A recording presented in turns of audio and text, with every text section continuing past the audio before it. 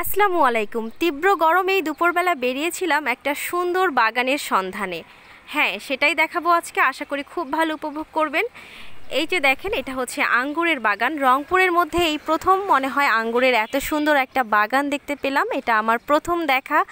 এই বাগানের বয়স খুবই কম, আলহামদুলিল্লাহ খুব কম সময়ে অনেক ফলন হয়েছে। এখানে প্রায় 20 প্রজাতিরও বেশি আঙ্গুর রয়েছে। তীব্র গরমের মধ্যে অনেক কষ্ট করে এসে আমার কষ্ট যেন সার্থক হয়েছে। বাগানে ঢুকেই অনেক ঠান্ডা অনুভব করছিলাম এবং ফলগুলো দেখে সত্যি মন ছুঁয়ে যাচ্ছিল। এত সুন্দর থোকায় থোকায় আঙ্গুর আগে আমার দেখা হয়নি। এখানে যে কোনো বাগানি অথবা সবুজপ্রেমী আসলে অনেক ভালো উপভোগ করতে পারবেন।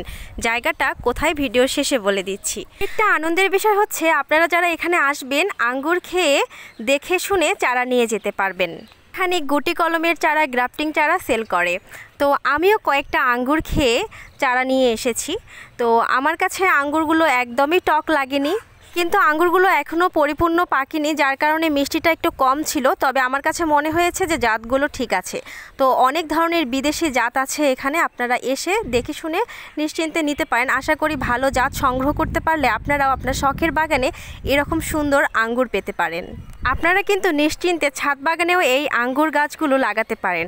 অবশ্যই ভিডিও শেষে বলে দিব যে আপনারা কিভাবে লাগালে খুব ভালো ফলন হবে। এমন একটা বাগান দেখে যদি আপনার আঙ্গুর বাগান করতে ইচ্ছে হয় অবশ্যই করতে পারবেন।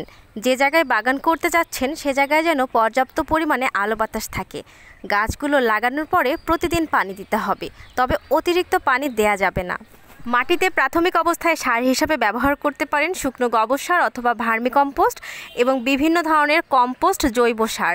যেহেতু এটা ফল গাছ, তো জৈব সার ব্যবহার করা খুব বেশি ভালো হবে। আঙ্গুর গাছ লাগানোর পরে একটা বিষয় মাথায় রাখতে হবে, সঠিক সময়ে প্রুনিং করে দিতে হবে, তাহলে অনেক ভালো ফলন পাওয়া যাবে। আঙ্গুর গাছ লাগানোর কিছুদিন পরে গাছটি যখন বড় হতে শুরু করবে তখন লক্ষ্য করবেন গাছের গোড়া থেকে যে শক্তিশালী ডালটি বেরিয়েছে সেটাকে রেখে বাকিগুলোকে কেটে দেওয়ার। এইভাবে কেটে দিলে সেই শক্তিশালী ডাল থেকে অনেক বেশি আঙ্গুরের ফলন পাওয়া যায়। আপনারা এই বাগানেও দেখতে পাচ্ছেন যে দেখেন, এই গোড়া থেকে কিন্তু কোনো ডাল বা শাখা প্রশাখা নেই। গোড়া থেকে যে ডালটা উঠেছে বা যে গাছটা উঠেছে উপরের দিকেই সবগুলো ডালপালা। তার মানে নার্সারিগুলোতেও একটা করেই ডাল রাখে।